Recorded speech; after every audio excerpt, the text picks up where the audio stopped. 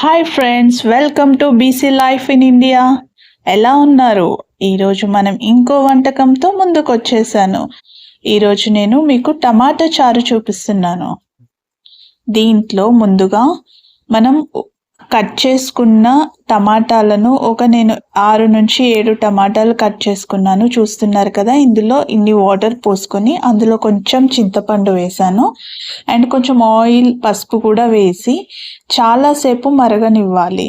ఆ టమాటా గుజ్జు అంతా దాంట్లోకి ఇంకేంత వరకు మనం చాలాసేపు ఉడకనిచ్చి దాంట్లో ఉన్న రసాన్ని మనం తీసుకోవడానికి ఎంతసేపు అయితే ఉడకనివ్వాలో అంతసేపు ఉడకనిద్దాం. సో దాన్ని నేను పక్కన పెట్టేశాను. ఇప్పుడు ఇంకో గిన్నె తీసుకొని దాంట్లో ఆయిల్ వేసుకొని, ఇక్కడ చూసారు కదా, ఎండుమిర్చి, వెల్లుల్లి, కరివేపాకు, జీలకర్ర ఇవన్నీ ఒక సైడ్కి పెట్టుకున్నాను. ఇప్పుడు ముందుగా జీలకర్ర అండ్ వెల్లుల్లి వేసి మంచిగా వేగనిద్దాం. దీంట్లో ఇప్పుడు ఒక్కొక్కటిగా ఇప్పుడు ఎండుమిర్చి వేస్తున్నాను చూడండి. ఎండుమిర్చి వేసి అండ్ వెల్లుల్లి, ఎక్కడైనా చూడండి, పాలకూర ఫ్రై అయినా ఎక్కడైనా ఎండుమిర్చి, వెల్లుల్లి వేసినప్పుడు దాని టేస్ట్ చాలా వరకు డిఫరెంట్గా ఉంటుంది.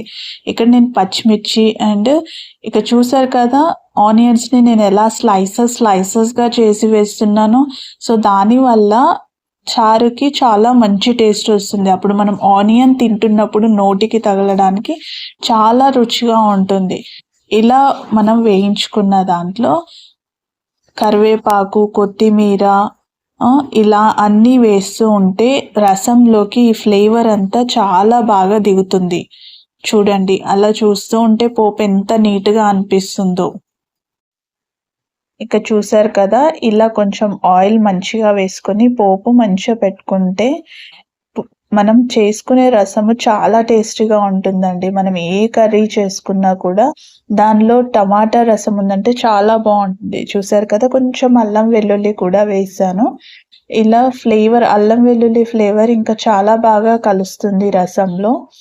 సో నాకు నిజంగా చెప్పాలంటే టమాటా రసం అనేది చాలా అంటే చాలా ఇష్టం. ఇది ఇడ్లీ అయినా కానివ్వండి, పప్పులోకైనా కానివ్వండి, ఏదైనా ఇప్పుడు మనం చికెన్ కానీ, ఫిష్ కానీ ఫ్రైస్ చేసుకుంటాం కదా, అందులో టమాటా చారు తిన్నాం అనుకోండి, ఎంతో బాగుంటుంది. ఇప్పుడు చూసారు కదా, కొంచెం సరిపడే అంత పసుపు వేసాను. సో చూడండి ఎంత బాగా ఉందో. ఇలా కలుపుతూనే ఉన్నాను నేను. చూసారు కదా, ఇంకా నీట్గా ఇలా కొంచెం వేగాక ఇప్పుడు దీంట్లో నేను ఆల్రెడీ రసం చేసుకొని పక్కన పెట్టుకున్నాను. అది టమాటా ఇందాక ఉడికించాను కదండి, దాన్ని మెత్తగా ఇలా మనం పిసుక్కొని తీసుకుంటాం కదా, సో అలా నేను టమాటా రసాన్ని పక్కన చేసి పెట్టుకున్నాను. ఇప్పుడు దీంట్లోకి ఈ టమాటా ఏదైతే ఉందో గుజ్జు, సో అది తీసి ఇందులో తీసుకుంటున్నాను. మేము ఎప్పుడు చేసుకున్నా కూడా చాలా ఎక్కువగా చేసుకుంటాం. సో చాలా ఇష్టంగా తింటాం దీన్ని. చూస్తున్నారు కదా ఎంత బాగుంది, చూస్తుంటేనే తినాలి అన్నంత ఇదిగా అనిపిస్తుంది. మీకు ఒకటి చెప్పాలండి, నేను పప్పు చారు కానీ, సాంబార్ కానీ ఏది చేసినా కూడా దాంట్లో కొంచెం షుగర్ వేస్తాను. చూడండి, ఇప్పుడు షుగర్ వేస్తున్నాను. కొంతమంది బెల్లం వేసుకుంటారు. నాకు ఏంటంటే పులుపుగా ఉంటే అంత ఇష్టం ఉండదు. సో కారం కూడా చాలా ఎక్కువగా వేసుకున్నాను, ఎందుకంటే రసంలో కొంచెం కారంగా ఉండి అండ్ మిరియాల పొడి ఇవన్నీ వేసుకుంటే కొంచెం ఘాటుగా ఉంటుంది. చూసారు కదా, ఇప్పుడు సరిపడా ఉప్పు వేసుకున్నాను.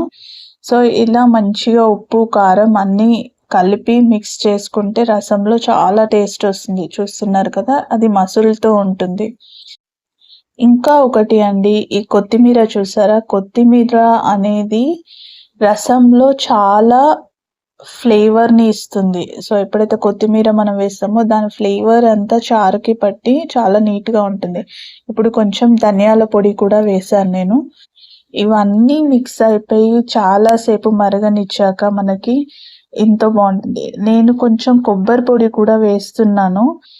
కొంతమందికి ఇష్టం ఉండొచ్చు, కొంతమందికి ఇష్టం ఉండదు. సో ఎవరికైతే ఇష్టం ఉంటుందో వాళ్ళు కొబ్బరి పొడి వేసుకుంటే ఇంకా బాగుంటుంది.